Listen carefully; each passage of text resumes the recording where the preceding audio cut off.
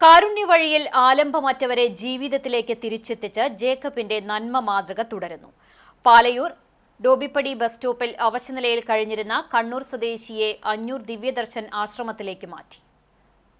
30 വർഷത്തോളമായി പാലയൂർ ഇമ്മാനുവൽ ജീവകാരുണ്യ പ്രവർത്തന സമിതിയുടെ ജീവനാഡിയാണ് ഗുരുവായൂർ സ്വദേശിയായ ചിരിയങ്കണ്ടത്ത് ജേക്കബ്. തികഞ്ഞ മതവിശ്വാസിയായ ജേക്കബ് ബൈബിൾ വചനം ഉൾക്കൊണ്ടാണ് ജീവകാരുണ്യ മേഖലയിലേക്ക് എത്തിയത്. തയ്യൽ അധ്യാപികയായ ഭാര്യ ലിസി പൂർണ്ണ സപ്പോർട്ടുമായി ജേക്കബിനൊപ്പമുണ്ട്. ഇതിനോടകം അനാഥരും സനാഥരും അവശരുമായി റോഡരികിലും കടത്തിണ്ണകളിലും ജീവിതം തള്ളി നീക്കുന്ന 1000-ഓളം പേരെ കാരുണ്യ ഭവനങ്ങളിലേക്ക് മാറ്റി താമസിപ്പിച്ചിട്ടുണ്ട്.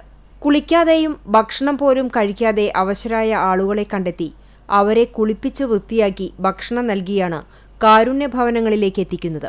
ഇതിനായി അതാത് പ്രദേശത്തെ പോലീസ്, ജനപ്രതിനിധികൾ എന്നിവരുമായി കൂടിയാലോചനകൾക്ക് ശേഷമാണ് അവരുടെ സമ്മതത്തോടുകൂടി സംരക്ഷിത കേന്ദ്രങ്ങളിലേക്ക് മാറ്റുന്നത്. ശനിയാഴ്ച രാവിലെയാണ് പാലയൂർ ഡോബിപ്പടി ബസ് കാത്തിരിപ്പ് കേന്ദ്രത്തിൽ അവശനിലയിൽ കഴിയുന്ന കണ്ണൂർ സ്വദേശിയായ 60-കാരനായ മാത്യുവിനെ അഞ്ഞൂർ ജീവകാരുണ്യ കേന്ദ്രത്തിലേക്ക് മാറ്റിയത്.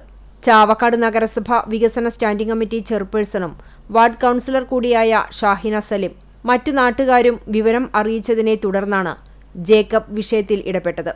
കണ്ണൂരിൽ വാടക വീട്ടിൽ താമസിച്ചിരുന്ന ഇരിട്ടി സ്വദേശിയായ നാമല വീട്ടിൽ അവിവാഹിതനായ മാത്യു മാതാപിതാക്കളുടെ മരണശേഷമാണ് തെരുവിലേക്ക് ഇറങ്ങിയത്. കോഴിക്കോടും മറ്റുമായി കഴിഞ്ഞു വരുന്നതിനിടെ ഗുരുവായൂരിലെത്തി. തുടർന്നാണ് പാലയൂരിലെത്തിയത്.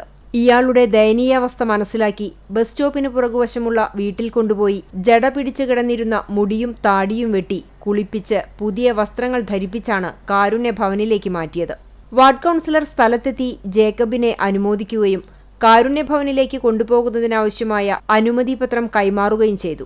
പാലയൂർ ഇമ്മാനുവൽ ജീവകാരുണ്യ പ്രവർത്തന സമിതിയുടെ പേര് നമ്മൾ പല സ്ഥലത്തുനിന്നും പലവരും എടുത്തിട്ടുണ്ട്. അതായത് സ്റ്റേഷനിലെ പോലീസുകാർ മുഖാന്തരം നമ്മൾ എടുക്കാറ്.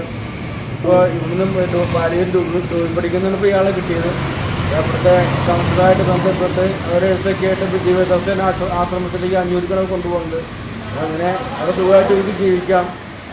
നമ്മളെ ഈ കാരുണ്യ പ്രവർത്തികൾ ഇങ്ങനെ 29-30 കൊല്ലമായി മുന്നോട്ട് പോകുന്നു.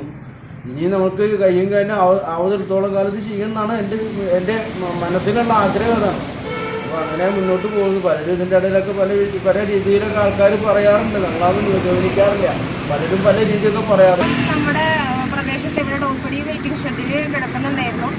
അപ്പോൾ നമ്മൾ കാണുന്നുണ്ടായിരുന്നു. അപ്പോൾ സുഖമില്ലാത്ത ആളുകൾ അതിൽ കിടക്കാറുണ്ടല്ലോ. അപ്പോൾ അതന്നെ നമ്മൾ കരുതിയത്. അപ്പോൾ ഇന്നലെയാണ് തന്നെ പാലയൂർ ഇമ്മാനുവൽ അങ്ങനെ മാറ്റാനുള്ള ഒരു ശ്രമത്തിലാണ്. ഇതിനായി മുൻകൈയെടുത്ത അദ്ദേഹത്തിന്